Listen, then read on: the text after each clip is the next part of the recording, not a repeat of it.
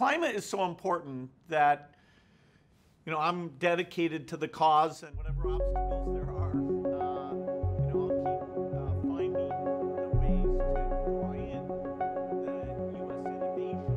It would be tragic not to have that demonstration money. Critical for all these climate technologies is to get the cost down and to be able to scale them up to a pretty gigantic level. You'll never get that scale up unless the government's coming in with the right policies. And for the tough areas, the right policy is exactly what's in that infrastructure bill. What's great in this bill is this has a demonstration funding over $25 billion. Until you do the demonstration projects, you cannot get to a market-driven price. And the goal of the demonstration projects is to drop the green premium over time all the way to zero, so that using clean hydrogen eventually as part of how you make steel, for example, that the market alone makes that effective.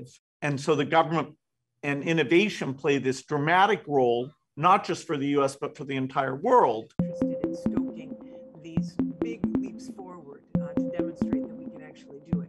So what this shows, this leadership shows, is that the private sector is hungry to partner, is hungry to get in the game on this. And we're hoping that this example sparks others to also step up and make sure that we can get these demonstration projects fully funded and in the ground and going quickly. It really helps to, grease the skids to make sure it happens quickly, because we are in a moment of urgency.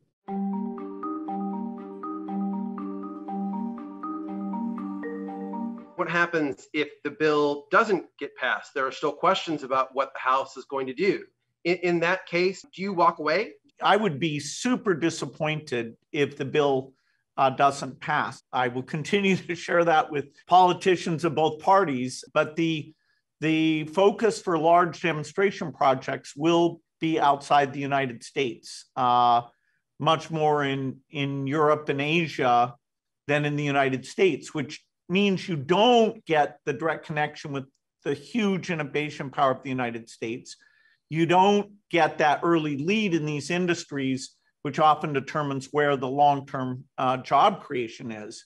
I'll keep finding the ways to draw in the US innovation.